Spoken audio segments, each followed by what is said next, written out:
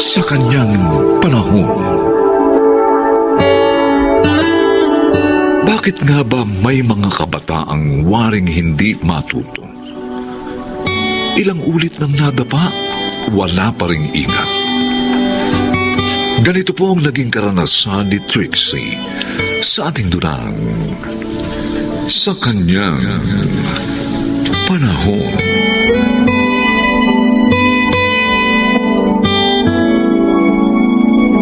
Oy, Trixie! Pumapasok ka na pala uli? Oo, Cindy. Ang saya ko nga eh. Dahil narito na uli ako sa university. Ang hirap ko yung mga anak at mag-alaga ng bata. Eh, sino nag-aalaga ngayon sa mga anak mo? Lalo na doon sa baby. Si Inay. Ay, naku, Cindy. Para talaga ako nakakawala sa hawla. Ang sarap ng feeling. Eh, yun nga lang. Grade 10 pa rin ako hanggang ngayon. Kasi nga, tagal kong nahinto. Kaya nga dapat, studies na lang yung asikasuhin mo this time. Wala na munang BF para makatapos ka ng high school. Inggit nga ako sa iyo eh. Malapit ka nang matapos sa college. Matatapos ka rin, girl. Sumunod ka lang sa payo ng parents mo. Ito naman. Ang tagal natin hindi nagkita tapos sermonan mo lang ako. Ibahin mo na nga ang usapan natin. So talaga, oo. Ano naman ang gusto mong pag-usapan natin? May naging kaibigan ako, super gwapo. Vic ang name niya.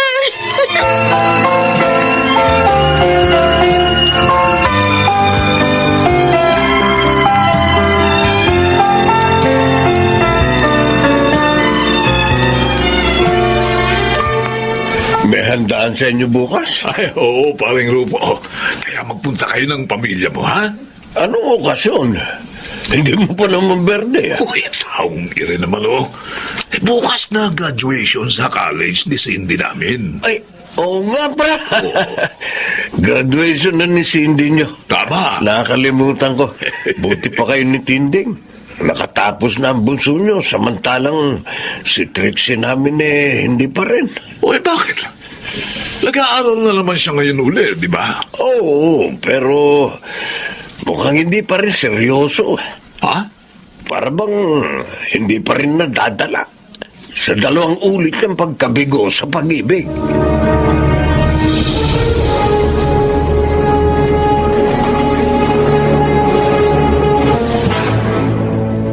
Nakita kong magkasamang umalis si Trix at Cindy. Babatiin ko nga sala, kaya lang ang layo nila eh. Ay, nagpasama sa anak natin si Trixie. May pupuntahan daw na birthday party yata. Ay, nako. Talagang yung anak ni Rupong yun, nakuha pang mag-party. Malamang na iniwan na naman niya sa mga magulang niya ang kanyang mga anak. Alam mo, Lucas, hindi ko talaga gustong ugali nitong si Trixie. Gasang ulo. Kaya siya napapahamak eh. Eh kasi nga hindi nakikinig sa magulang. Kung hindi nga lang kaibigan natin si Narufo, gusto ko sana iwasan ng anak natin si Trixie. Ay, Hindi siya magandang kaibigan. tama ka. Pero, huwag kang mag-alala, ha? Hindi naman niya naaakay sa paggawa ng mali ang ating anak. Okay. Ayan, katunayan, tapos na sa kolehiyo ang ating si Cindy, ha? Eh kasi naman... Mabait at masunurin ang ating anak, huwag kang mag-alala. Patuloy na lamang natin siyang papayuhan, paalalahanan, ha? Huwag niyang tutularan ang maling ginagawa ni Trixie. Kahit pa nga kaibigan niya yun.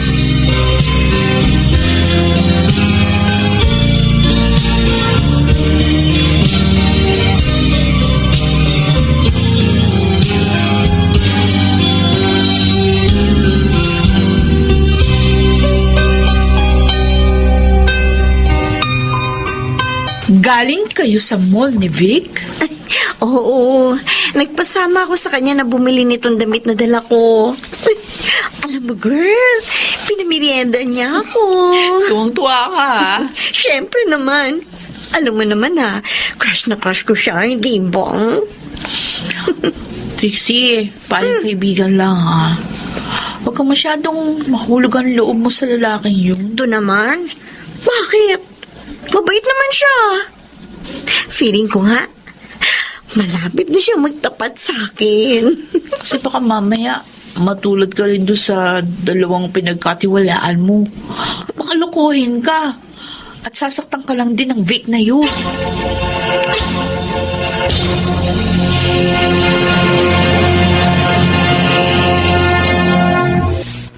Salamat at pinagbigyan mo kung madalaw ka dito sa inyo, Cindy. Maayos ka naman nagsabi sa akin, Vic. At saka, hiningi ko rin yung permiso ng parents ko. Pumayag naman sila. Kaya, pinadalaw kita rito. Iba ka talaga. Hindi ka lang mabait at matalino. Mabuting anak pa. Ayoko mapahamak eh. Kaya lagi kong sinusunod yung pangaral ng mga magulang ko. Maswerteng magiging boyfriend mo. Wala pa sa isip kong pag-ibig. Sa ngayon, ang focus ko, pagkuha ng lisensya para maging ganap na teacher. Tsaka ako na lang iisipin yung pag-ibig pag may trabaho na ako.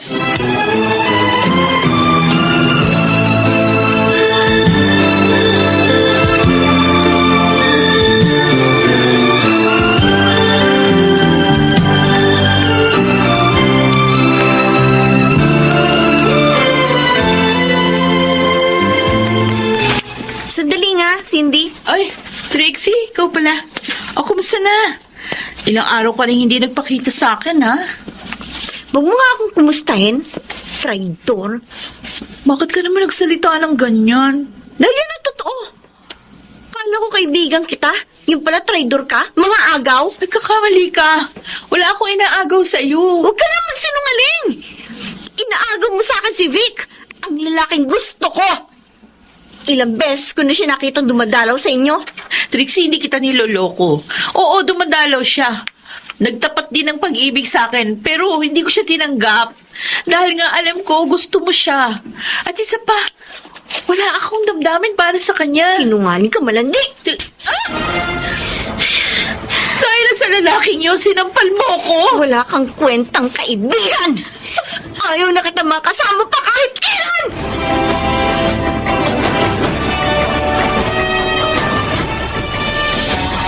Hindi mo dapat ginawa yun kay Cindy, Trixie. Sinaktan mo siya. Hiniya pa sa mga tao.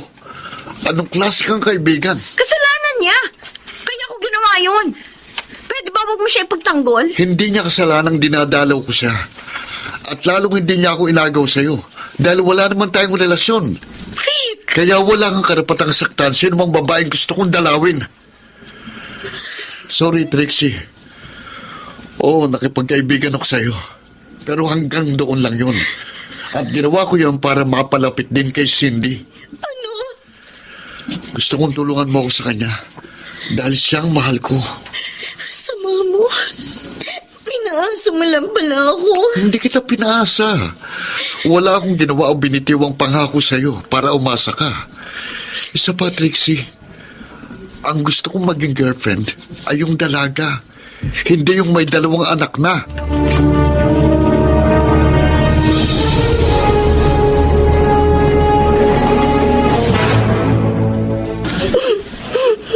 Tumahan ka na, anak. Walang may tutulong sa iyo ang pag-iyak. Kakaya ako, itay. Kakaya.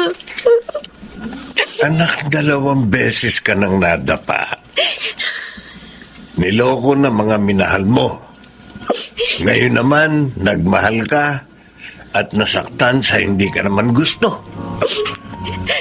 Hindi kaya may nais ipahiwatig sa iyo mga pangyayaring yun, anak? Itay. Hindi kaya dapat kalimutan mo muna ang tungkol sa pag-ibig. Ituon mo ang pansin mo sa kinabukasan ninyo ng iyong mga anak. Napapabayaan mo na sila eh.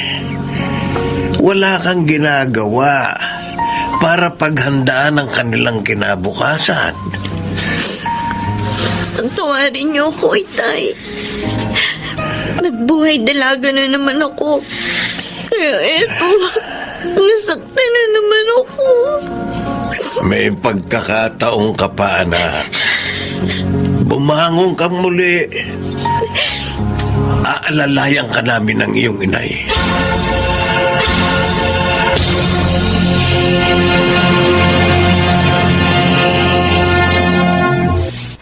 Kumusta ang karinderya mo, Trixie? Okay naman po, Itay. Nakakatuwa nga po eh. Dahil mula po ng payagan ninyo akong buksan ito, malakas pa rin po ang kita ko hanggang ngayon. Mabuti naman. Salamat po sa inyo ni Inay ha, sa mga pagkakataong ibinigay niyo sa akin. Ngayon, unti-unti na ako nakakabangon at nakakaipon. Nababantayan ko pa po mga anak ko. Ang kabutihan mo ang hangad namin, Trixie. Lalo na ngayong may mga anak ka na. Kaya sana, huwag ka nang magsayang pa ng panahon. Pangako po, Itay. Hindi ko na po ulitin pa ang mga naging pagkakamali ko. Ay, siya nga pala. Nakapasa na sa licensure exams for teachers si Cindy. Balita ko'y magtuturo na rin siya sa Manila.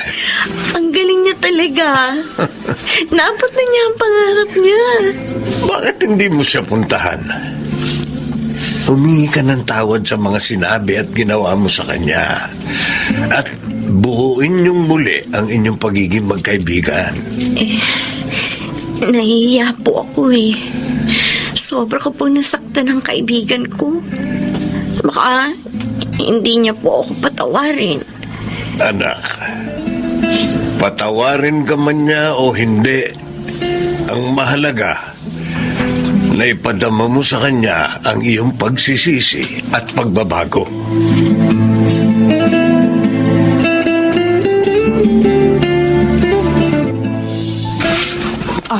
Maupo ka, Trixie. Salamat po, Aling Tinding. Sandali na lang. Lalabas na si Cindy. Nay? Sino po yung bisita? Uy, Ako, Cindy. Trixie! Ay, kumusta ka na? Eto, may karinderya na ako sa bahay namin. Yun ang pinagkakakitaan ko ngayon. Ay, Ikaw, balita ko, isa ka ng ganap na teacher. awa ng Diyos. Bukas nga ang alis ko papuntang Maynila. Doon ako magsisimulang magturo. Congratulations, ha? Ibig bang sabihin niya, hindi ka nagalit sa akin? Oo, pasensya ka na sa akin, ha? Naging makitid ang isip ko. Patawarin mo sana ako sa lahat ng mga ginawa at masasakit na sinabi ko sa'yo. Kalimutan na natin yun. Ang importante, magkaibigan na uli tayo. Salamat sa pangunawa. Ay, siya nga pala. Sana sa isang buwan, sa birthday ng bunso ko, narito ka. Ah, sure. Oo, darating ako. Pinaghahandaan mo na. Oo, wala mang ama-ama anak ko. Sisikapin ko naman maging isang ulirang ina sa kanila.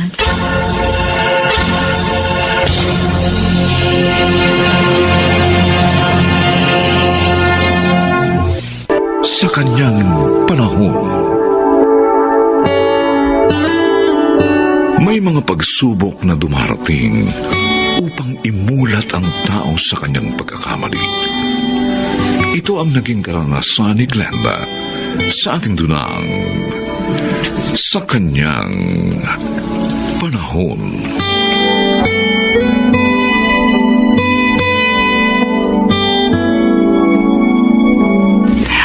Kuya Rodolfo, buti inabutan mo ko. Bakit? Saan ba ang punta mo?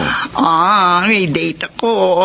Doon ba sa nakita kong binatang kasama mo last week?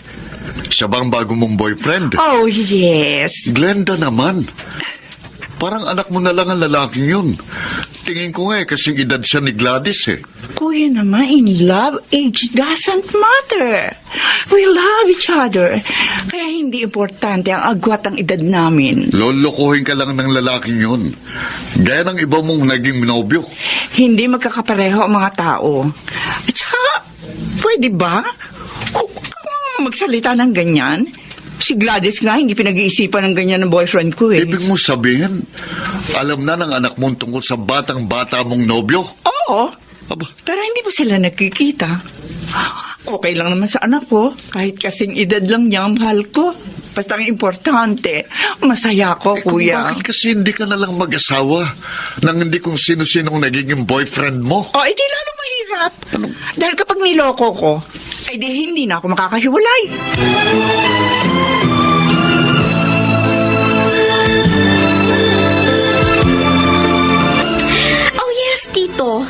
nabanggit na po sa akin ni Mommy ang tungkol doon. Hindi ko pa nga lang nakikilala yung guy. At okay lang sa'yo na parang anak na ng mami mong boyfriend niya? Tito Rodolfo, mula po nang mamatay si Daddy, hindi na nag-asawa si Mommy. Ibinuhos niya sa akin at sa business namin ang panahon niya.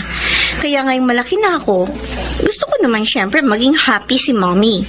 Kaya kung saan siya masaya, okay lang po sa Pero akin. Gladys, saksi tayo. Marami na siyang naging karelasyon. At niloko lang siya. Yak, lalo lang siyang lolokohin ng lalaking yun. Matalino po si Mommy. Kita niyo naman, kahit maraming nang loko sa kanya, hindi siya naapektuhan. Matatag pa rin siya. Kaya magtiwala na lang po tayo kay Mommy. Besh, anong masasabi mo sa binake kong cake? Delicious! Hoy, pwede ka na magtayo ng bake shop. Thank you. Alam mo, yun talaga plano ko. Ang mag-business na lang. Ayoko nang mamasukan pa. Ay, sandali. Dalan mo si Tita Glenda ng cake, ha? Para matikman naman niya yung gawa ko. Sure, tiyak na magugustuhan niya ito. Teka, Gladys, naipakilala mo na ba si Chito kay Tita? Ay, hindi pa nga eh. Bakit hindi pa? Nag-aalala kasi ako, Alma. Baka ayawan ni Mommy si Chito. Bakit? Dahil ba hindi siya mayaman? At wala siyang mataas na pinag-aralan tulad ng past boyfriend mo? Oo. Mabait naman si Tita. Sigurado ko maiintindihan niya yun. Kung ikaw nga, inuunawa mo siya eh. Kaya tingin ko, ganun din ang gagawin niya sa'yo. Sana nga tama ka, Alma. Kasi talagang mahal ko si Chito. At ayoko siya mawala sa akin.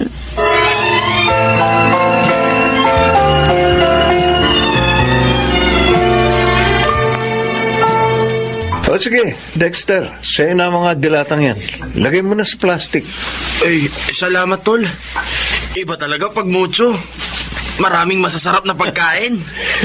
Dapat kasi magkaroon ka na rin ng gatasan. Para marami ka na rin pera. Balak ko na nga rin yan, tol eh. Naiinggit na ako sa'yo eh. Galing ba yan kay Gladys? Hindi. Galing dun sa isa. Mabuti hindi sila nakakahalata na dalawa sila sa buhay mo.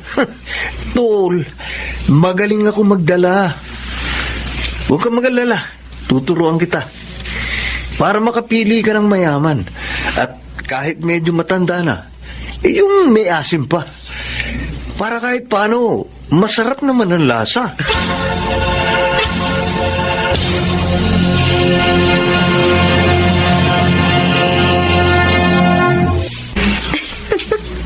Binalot niya pa talagang binili natin, ha?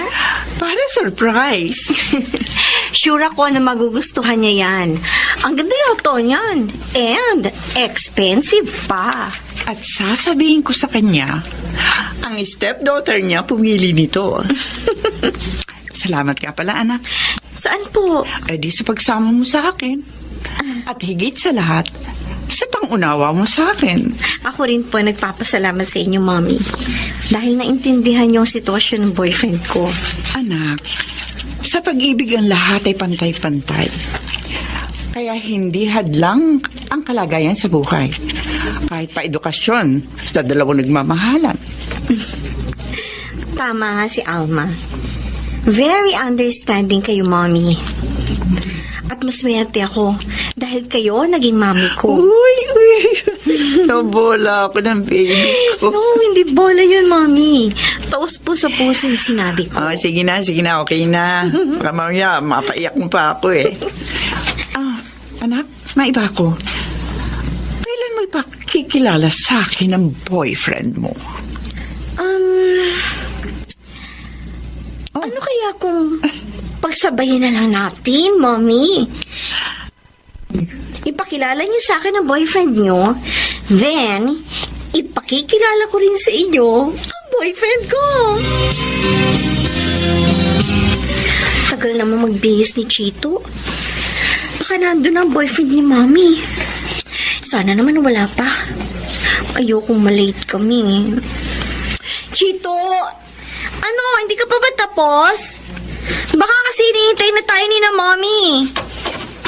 Nandito na ako, babe. Sorry. Natagalan ako kasi siniguro ko lang na pagpunta natin sa inyo, maayos ako. Para walang masabi ang mami mo. Mabait si Mommy. Kaya wala kang aalalahanin. Ang polo niyan? Oh, bakit? Maganda naman tong polo ko ah. Oo nga, maganda. Kaya lang, may bigla ako naalala eh. Ano yun? Hindi. Wag na lang nating intindihin. Siguro kamukha lang. O, halika na. Umalis na tayo.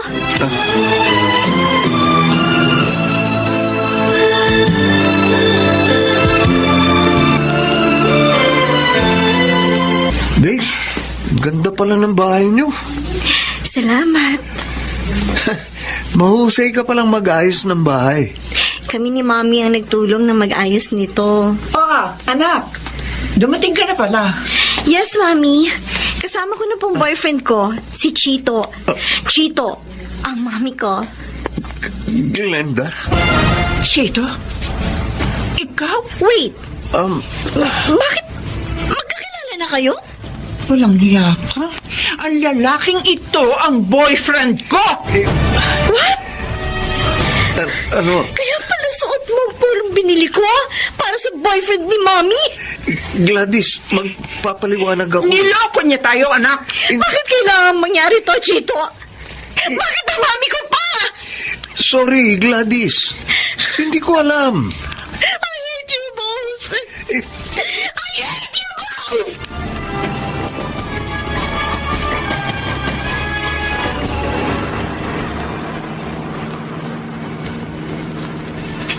Bakit nangyari to sa ating Mami? Bakit iisang lalaki pa minahal natin? Mali ba ako sa pagpayag kong makipagrelasyon kayo sa kung sino ang gusto nyo?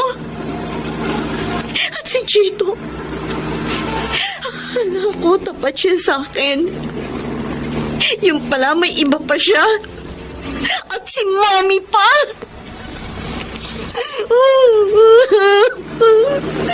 I hate you, Chito. I hate you. Galit ako sa inyo ni Mommy. Lalayo na ako sa inyo. Lalayo na. Mapapagod.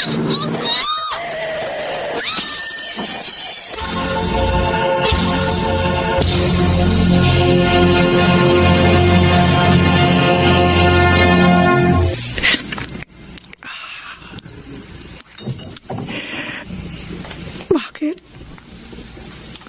Bakit kailangan mangyari sa aming mag-ina to? Bakit kami pa ni Gladys dito? Ang sama mo. Niloko mo na ako. Pati ba anak ko? Itigil mo na yung paglalasing mo. Kuya, hayaan mo lang ako. Wala kang alam sa problema ko. Gusto ko makalimot. Alam ko na nangyari. Sinabi sa akin ni Gladys bago siya umalis dito. Nasaan ang anak ko, kuya? Nasa inyo ba? Wala. Na-aksidente siya. Anong sinabi mo? Si Gladys? Na-aksidente? Oo. Bumangga ang kanyang kotse sa isa ring kotse. Hindi. Hindi. Kumusta naman ako, kuya? Ano lagay niya?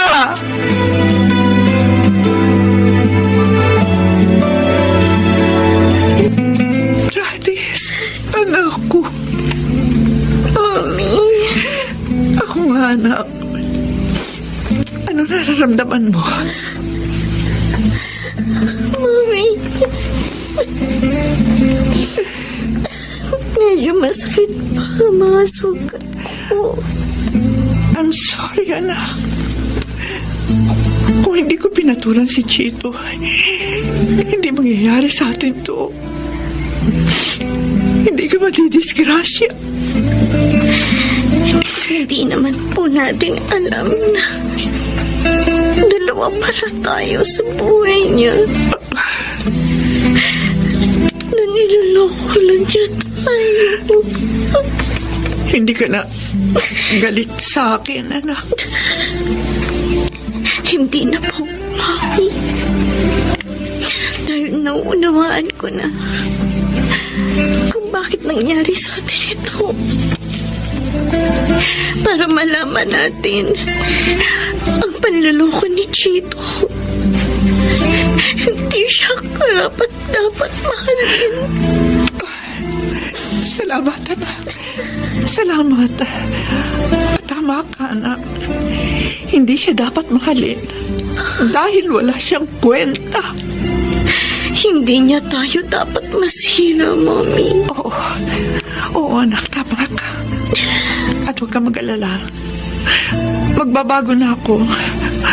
Magpapakatino na ang mami mo, anak. Lilinisin ko na ang buhay ko. At higit kitang pahahalagahan, anak ko.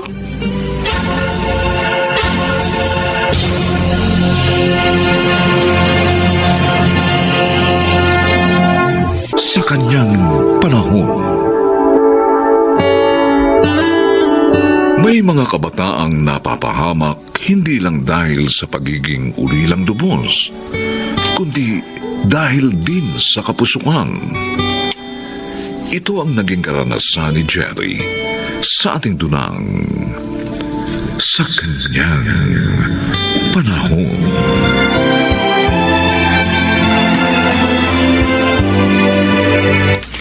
Maliit na naman ang binigay mong pera sa akin, Eljan. Paano tayo makakaipon nito para sa panganak ko? Ilang buwan na lang isisilang ko na magiging baby natin. Wala pa rin tayong ipon. Nagsisikap naman ako Binibigay ko sa iyo lahat ng kita ko sa pagbabantay ng sugalan ng mga akong. Ikaso nga sa ating dalawa palang kulang na yung kita mo. Paano pa pagdating ng anak natin? Huwag ka mag-alala. May gagastusin tayo. Mangungutang ako. Pag binayaran mo yung uutangin mo, wala ulit tayong panggastos. Ano ba gusto mong gawin ko? Tuparin mo yung pangako mo sa akin.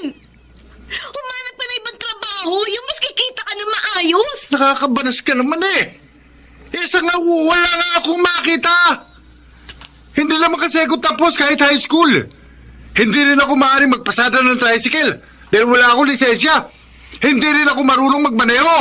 Paano na lang pala ang buhay natin? Ikaw, kapag hindi ka tumahimik, susuntukin kita!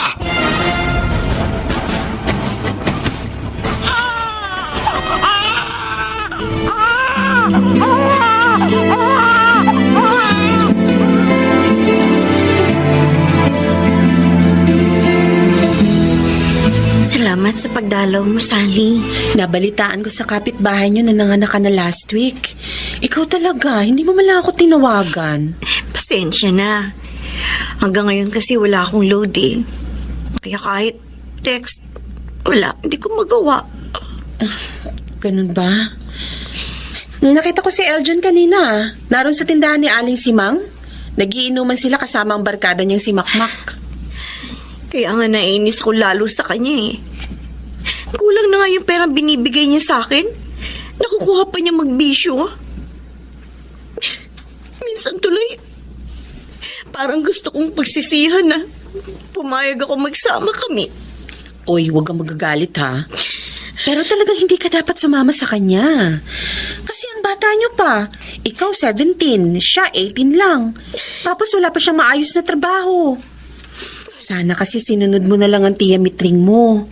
Sana hindi ka naging pabigla-bigla.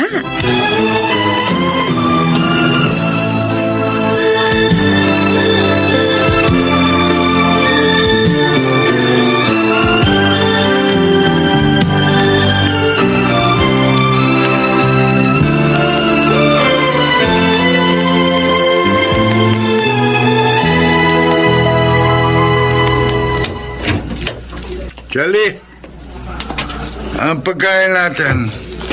Lasing ka na naman. Sasabihin mo na naman, nilibre ka ni Makmak. Dahil nanalo siya sa sugalan, doon kinamang akong. Iyon naman talaga ang totoo Kahit magtanong ka pa kina mga akong. Kahit libre yan, Eljon. Hindi pa rin tama yung ginagawa mo. Ano? Dahil nagiging bisyo mo na yan eh. Alam mo, darating ang panahon, hahanapin mo na yung alak na yan hanggang sa wala ka na ibibigay na pera sa akin para lang makainom ka ng alak. Tumigil ka na, ha? Nagagalit ka dahil totoo yung sinasabi ko? O baka nga adi ka na nga dyan sa alak na yun eh! Piko, tumigil ka na! No. Ha? Ha? Ganyan ka pag napagsasabihan ka, nananakit ka! Ayaw mo talagang tumigil, ha? Ha? Ha? Ano? Ha? Tama, hindi na lang ako sumama sa'yo. Ganito lang pala magiging buhay ko!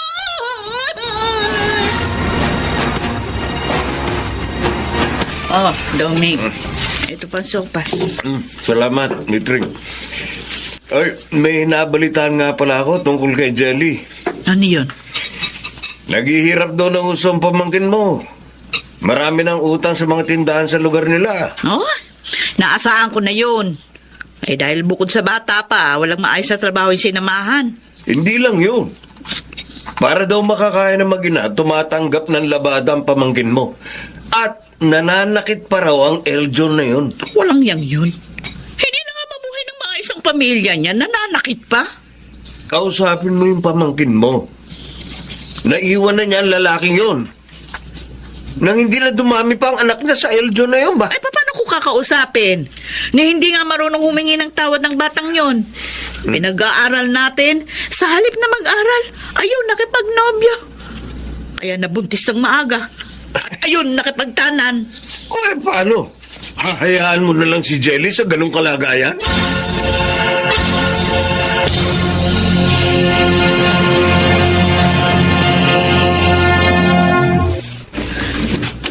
Jelly, Jamitring, ako na nagpunta dito. Kahit na nga mula nung sumama ka magtanan sa Eljon na yun hindi ka man lang makadalaw sa bahay. sorry po, Tia. Nahiya po ako sa inyo. Alam ko ang laki ng kasalanan ko. Nang mamatay sina Inay at Itay, kinupkup niyo na ako. Pero naging matigas ang ulo ko. Naging mapusok. Maagang nag-asawa. Hindi mo asawang lalaking yun. Hindi naman kayo kasal. Kaya pwede mo pa siyang iwan kahit na anong oras mo gustuhin. Tia, Jelly, hindi mo maitatago yung mga dinaranas mo sa kanya. Ayan may mga pasaka. Malamang sinaktan ka ng lalaki niya yun. galit po siya sa akin. Nanghingian ko siya ng pambili ng gatas ng anak namin. Irresponsable. Nakuha pa niyang magalit at manakit, ha? Talaga naman tungkulin niya yon na pakainin yung anak niyo? Ay, nako. Iwan mo ng lalaking yun. Bumalik ka na sa bahay.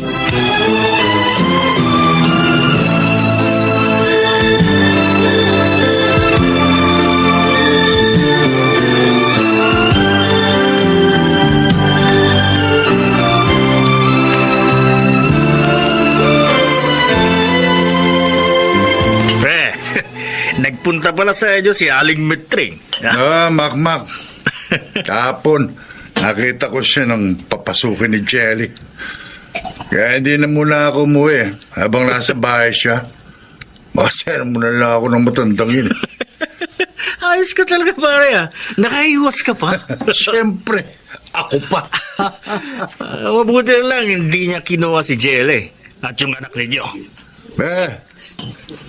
Hindi ako papayag na iwan ako ni Jelly at ang anak namin. Bubugbugin ko siya ng gusto kapag ginawa niya yan. Ako mangiiwan sa babae. Hindi ako ang iiwanan ng babae.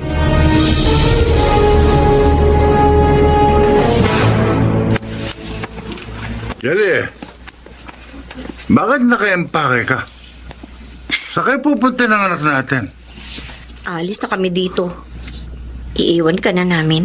Ano? Total, hindi ka naman nagbabago eh. Hindi kami mahalaga sa'yo. At saan ka pupunta? Ha? Sa tiyamitring mo? Hindi ka natatanggapin, oy! Dahil ang tigas ng ulo mo at may anak ka na. magiging pabigat ka lang sa kanila. Diyan ka nagkakamali, Eljan. Handa ang tiyahin ko na tanggapin kami ni Baby at tulungan ako makabangon. Yun! Kaya pala mayabang ka na, ha? Mayabang ka na! Ha? Ano? Sama mo talaga. Wala ka. Halos na lang ako. Sinaktan mo pa ako. Mayabang ka eh! Kala mo kaya mo na ako? Pero ito na ang huling pananakit mo sa akin. Sa susunod na suntukin mo pa ako, sisiguraduhin ko masasaksak naman kita. Jelly! Nakakamatay yan! Talagang papatayin kita. Kaya umalis ka sa dalahanan namin ang anak ko.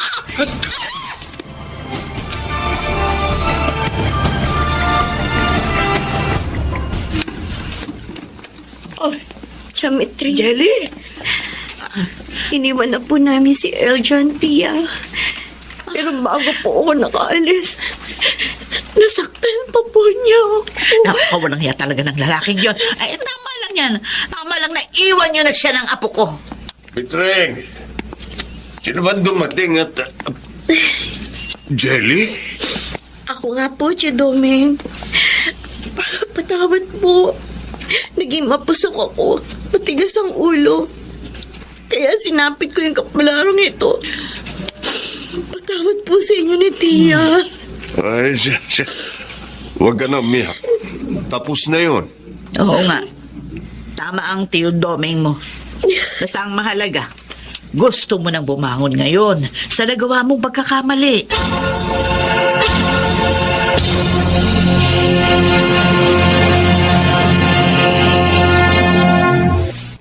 Walang iya ka, Jelly. Kala mo hindi ako makagaganti siya. Naulaan mo lang ako sa kutsilyong hawak mo. Pero ngayon, patay ka na sa akin.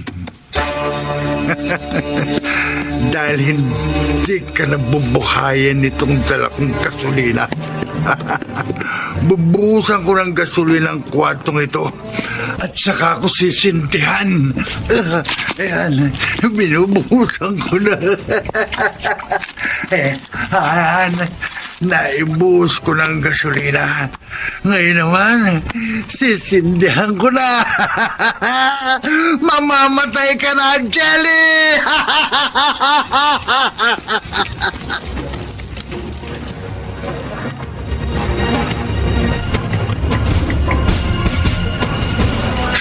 Salamat naman na tinawagan mo rin ako. Eh, narito ka na pala uli kina Aling Mitring. Oo, Sally. 3 weeks na. Nagtitinda na nga ako ng ulam dyan sa harap nitong bahay eh. Para may kitain naman ako kahit paano. Pero sabi ni Tia, mag-aral daw ako ulit sa pasukan. Ba, okay yan. Ang bait talaga sa'yo ng tiyo mo, no? Ay, totoo yun. Ako lang talaga ang may kasalanan. Kaya ako, eto, dalagang ina ngayon.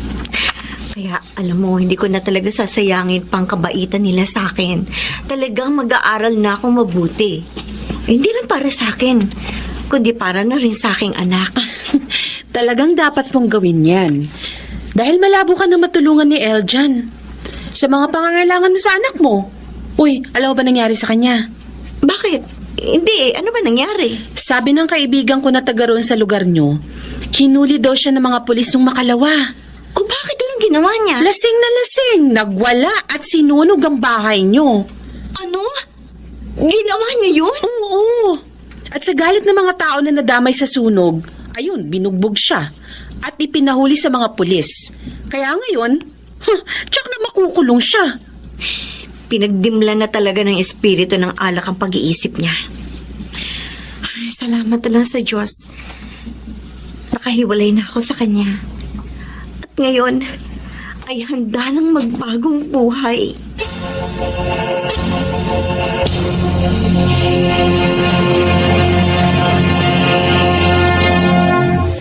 Sa kanyang panahon, isang masamang ugali ang panlalait sa kapwa. Subalit marami pa rin ang ito'y ginagawa. Mga kaibigan, pakinggan natin ang naging karanasan ni Adeline sa ating dulang Sa Kanyang Panahon. panahon.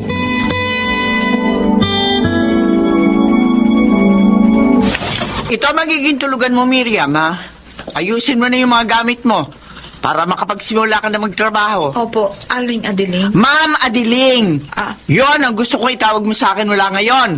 Dahil hindi nyo lang ako basta kalugar ngayon. Katulong na kita. Naintindihan mo ba? Opo, ma'am. Gusto ko nga palang malaman mo, ha? Na ayaw ko sa tamad na katulong. Hindi po ako tamad. Dapat lang! Kailangan masulit yung pasasahod ko sa iyo. At saka isa pa, ayoko rin na sasabay ka sa amin sa pagkain. At iba rin ang pagkain mo sa pagkain namin. At isang beses sa isang buwan lang ang day off mo.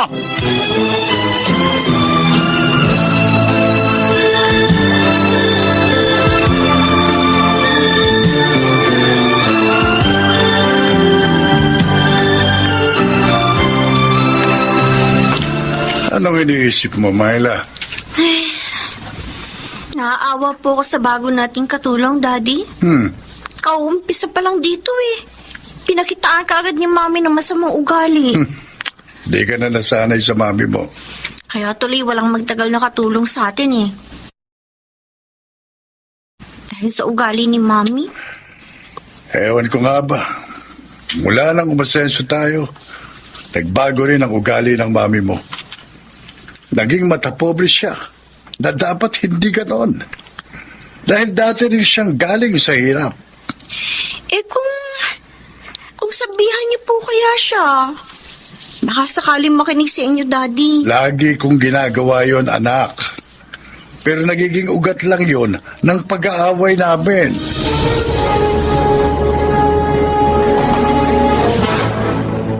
Ano ba, Miriam? Hanggang ngayon, hindi ka pa rin nakapaglalaba? Pasensya na po, ma'am. Inuna ko po kasing linisin itong buong bahay para po maayos na pagdating ng mga bisita niyo. Ang sabihin mo talaga makupad ka. Tulad ka rin ng ibang naging katulong namin. Makukupad kumilos, mga tanga. Walang diskarte sa buhay. Sakit niyo naman po magsalita. Ano ngayon? Kung masakit ako magsalita. Ano? Lalabang ka sa akin, ha? Hindi naman po sa ganun. Ginagawa ko naman po lahat ng gusto niyo, ma'am. Ba't sumasagot ka? Aray ko po. Sumasagot ka pa? Busing ko yung buhok mo eh. Ikaw, ha? Wala kang karapatan sagot-sagutin ako. Katulong ka lang dito. Naintindihan mo?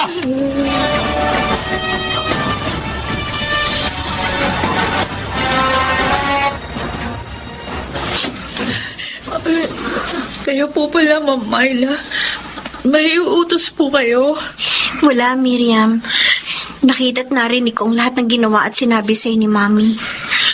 Kaya to, kailangan kita ng pagkain. Ako, Oh, eto, kunin mo. baka mamaya pati kayo makagalitan ni Ma'am Adeline kapag nalaman ito. Nasa kwarto na siya. Kaya sige na, kainin mo na ito. Tiyak na gutom ka na. Ma'am Myla, maraming salamat po. Mabait kayo ni Sir Alfonso. Pasensya ka na sa mami ko, ha. Ang totoo, hindi rin namin gusto ang mga ginagawa niya.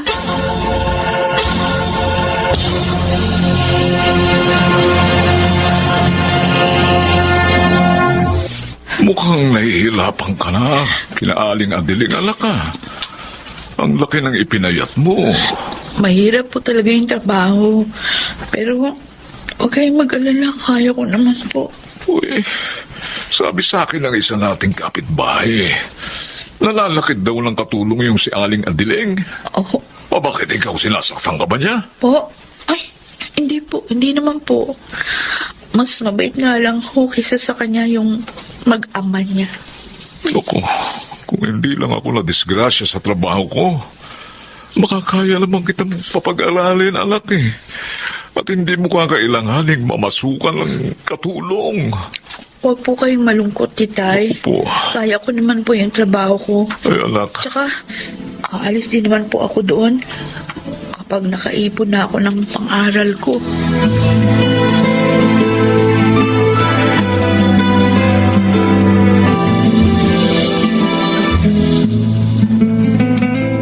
Nakita ko, kinagalitan mo na naman si Miriam.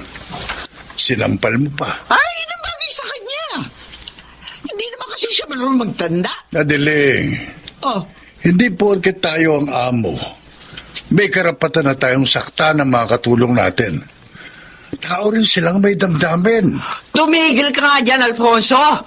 Bakit ba ang hilig mo ipagtanggol ang mga stupid ang katulong na yon, ha? Dahil sumusobra ka na. May kung pagalitan mo sila, hindi mo na iniisip na nakakasakit ka. Sinasaktan mo pa sila ng pisikal. Adiling, baka bumalik sa'yo ang ginagawa mong yan. Abay, matakot ka.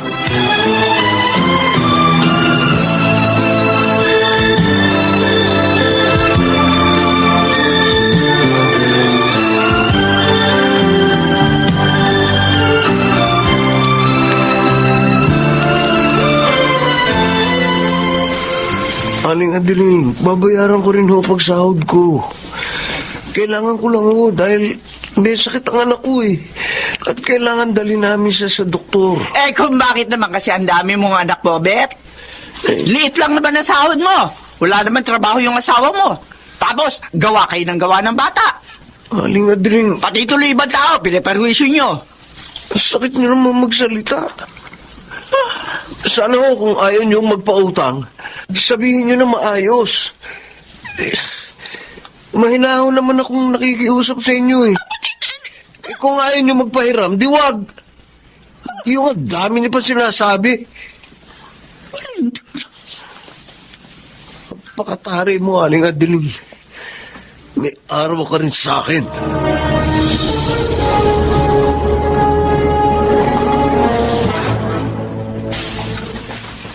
Hindi ako makatulog. Para ako nagugutom ha. Teka nga, punta ako sa kitchen. Gagawa ko ng sandwich.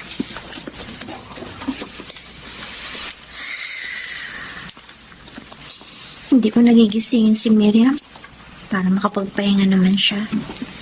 Ngayon lang siya makakatulog ng mahaba-haba dahil wala sina Mami at Daddy. Huwag kang sisigaw. Sino ka? Bakit ka pumasok dito? Pagkakataon ko na makaganti sa mayabang mong ina. Ano? Bitiwan mo ako! Tumahimik ka! Sasakin kita nitong hawak kong patalim. Wag! Marunong ka pala makiusap, ha? Hindi ka tulad ng nanay mong matara at mayabang. Bitiwan mo ako! Ano ko tanga? Magpapakasawa muna ako sa'yo tapos kukunin kong pera at alahas nyo. Wag! Wag! Halika! Wag!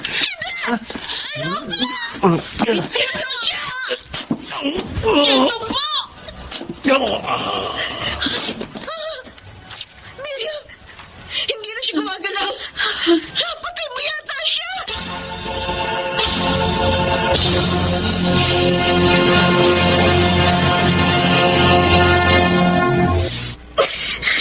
Mami, Daddy, mabuti dumating na kayo. Huwag ka nang umiyak, anak. Nakakulong na ang ulang niyang si Bobet. Ang sabi niya, nagawa lang niya yon dahil sa galit niya sa iyo, Adiling. Dahil sa mga masasakit at sinabi mo sa kanya. Alfonso, kasi naman... Maraming beses na kitang pinaalalahanan. Huwag kang ganoon sa ating kapwa. Tuloy, dahil sa ginawa mo, pati anak natin muntik nang mapahamak. Ay, patawarin niyo na sana ako. Mo, Mabuti na lang po. Dumating si Miriam. Iniligtas niya ako, Mami. Hinampas niya ng tubo yung lalaki may takip sa mukha. Kaya nawala ng malay. oo nga. Si Miriam na laging sinasaktan at pinagagalitan ng mami mo ang nagligtas sa'yo. Nasaan nga pala siya?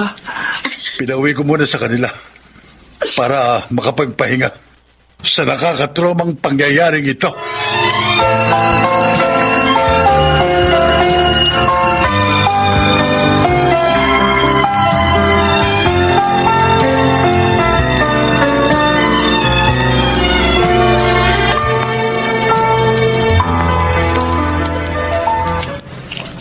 Kumusta ka na?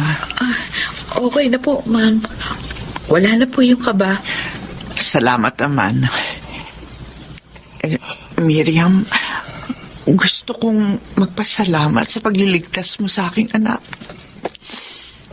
Napakabuti mo. Sa kabila ng mga ginawa ko sa iyo, hindi ka gumanti sa aking anak. Amo ko rin po siya. At naawa po ako sa kanya. Isa pa, wala po sa akin yung pagganti. Salamat talaga sa iyo. At sana patawarin mo rin ako sa lahat na masasamang ginawa at sinabi ko sa iyo.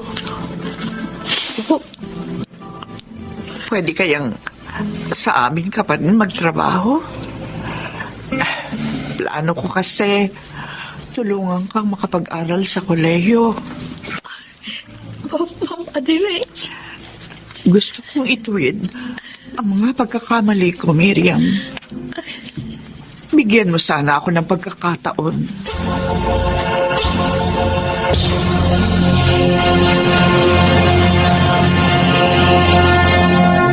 Sa kanyang panahon, hangad ng magulang na mabigyan ng magandang kinabukasan ng mga anak. Ngunit may pagkakataong dahil sa hirap ng buhay, ang karangyang hanap ng anak ay hindi maibigay. Ito ang naging karanasan ni Claire sa ating dulang sa kanyang panahon.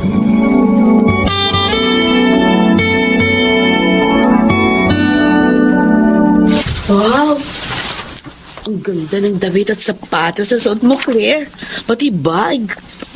Talagang maganda, Ate Donna. At mahal pa. Sigurado. Bili na naman sa'yo ni Armando mga yan. Ano pa? Hindi ko naman mabibili mga ito sa kita ko lang sa pabrika. Oh, tingnan mo itong relo, Bigay niya rin to. At expensive din. Sana naman tigilan mo na yung pagsasamantala doon sa mga nagiging nobyo mo. Pabili ka ng pabili ng kung ano-ano sa kanila. Tapos iniiwan mo rin naman sila. Nakakasakit ka na ng damdamin. Ay, hindi totoo yan, ate, ha? Napapasaya ko nga sila Ano? Dahil sa mga nangyayari sa amin. Ano? Ibig mong sabihin, naibigay mo ng sarili mo sa mga naging nobyo mo? Ito naman, gulat na gulat pa. Ito yung uso ngayon. Pambihira ka. Mamaya magbuntis ka dyan sa ginagawa mo. Hindi mangyayari yon. Dahil marami ng paraan para hindi mabuntis ang babae. Kaya huwag kang mag-alala.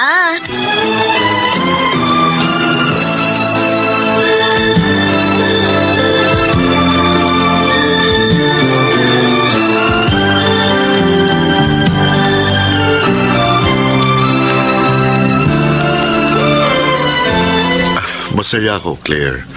At nakasama kita dito sa Baguio kahit na mga 3 days lang. Siyempre, ako rin. Ngayon lang yata ako nakarating dito. Kaya lang, hindi kaya magalit ang parents mo sa'yo? Bakit naman sila magagalit? Hindi na ako bata. Alam ko na ginagawa ko. At saka hindi naman kita lulukuhin. Handa akong paksalan ka.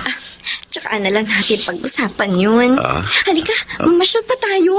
Gusto ko makita ang lahat ng magagandang lugar dito. O sige, sige. Ibili tuloy natin ang mga pasalubong ang pamilya mo. Thank you. Ang bait mo talaga. Dahil mahal na mahal kita. Huwag mo rin kalilimutan yung sinabi ko sa yung cellphone, ha?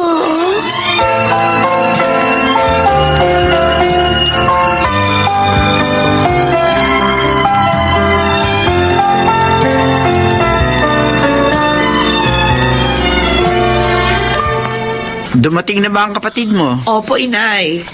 Tulog na nga. Napagod doon sa haba ng biyahe mula Baguio. May mga pasalubong nga pala siya.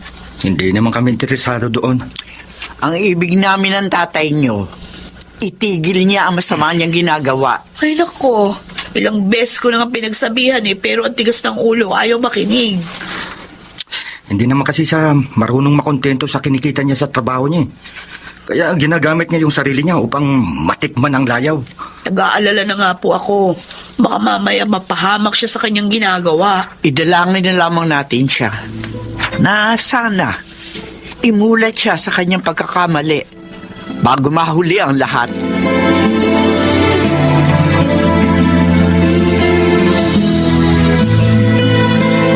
Naku, ang dami naman tao dito. Saan pa kaya may bakanting table? Ayoko naman mag-lunch sa ibang restaurant. Mas masarap kasi ang pagkain dito eh. Excuse me. Naghahanap ka ba ng mauupuan? Oo. Ganun ba?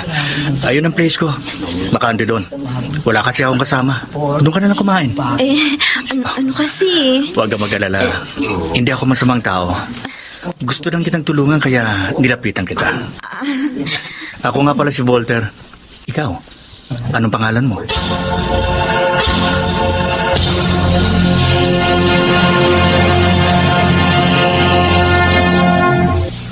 Ang gwapo, di ba? Di ba, Nay, ate? Oo, gwapo nga. Mukhang mayaman. Talagang mayaman siya, ate Donna. Ganda ng kotse niya eh. Siya ba madalas mong kausap sa cellphone? Opo, Nay.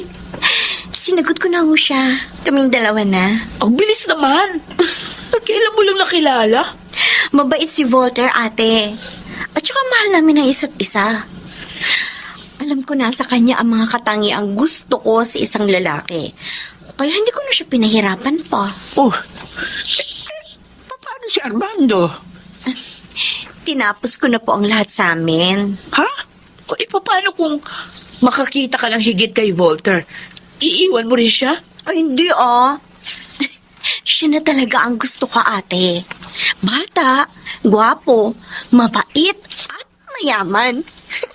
Hindi na ako maghahanap pa ng iba.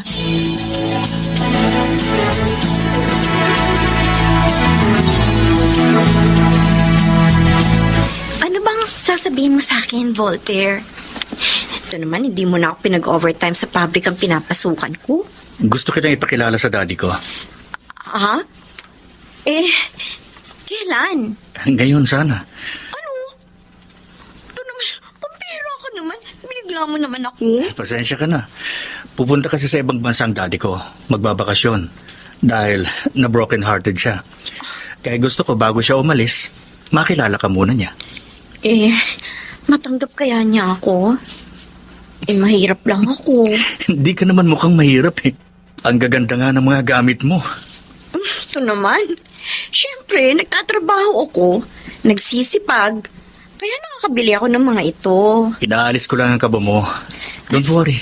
Mabait si daddy. Hindi siya matapobre. At payag siya kung saan ako magiging maligaya.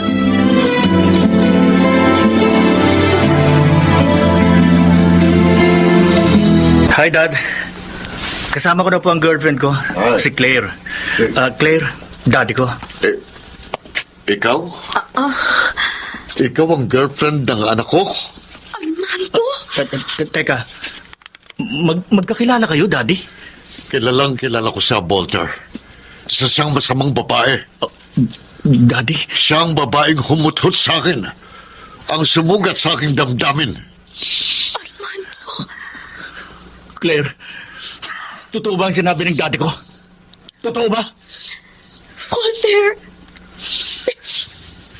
hindi ko alam na dati mo siya. Kung ganun, totoo nga. Pero mahal kita, Walter. No, At tapos ng lahat sa amin ng daddy mo. ang kapal ng mukha mo. Anak, palayasin mo siya dito. Hindi siya karapat dapat mahalin.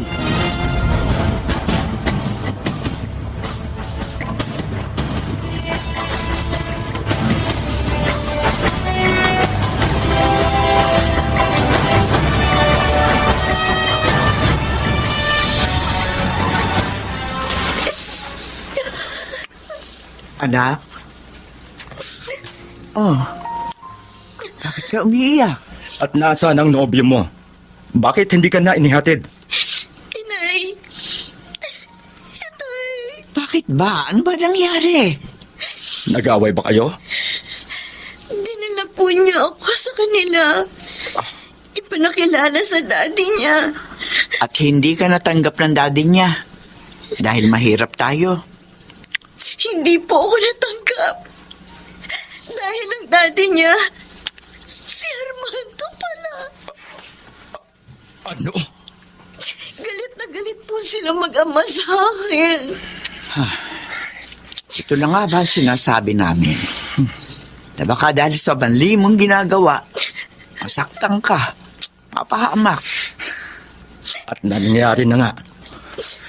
Hindi ka kasi marunong makontento sa buhay na mayroon ka. Ano po ang gagawin ko, Nay? Ay, mahal na mahal ko po si Voltaire. Anak, ihanda mo na lamang ang iyong sarili at tatagan mo ang sarili mo sa anumang mangyayari. Hindi mo siya masisisi na kalimutan ka. Dahil sa ginawa mo sa kanyang ama.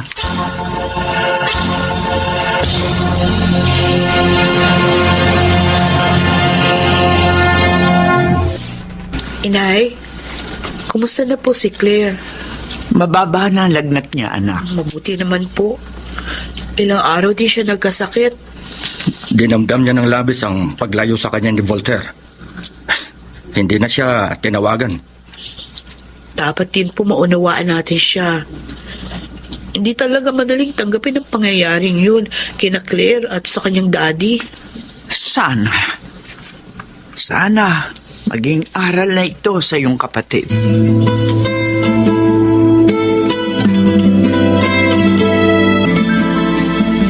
Claire, nakabihis ka.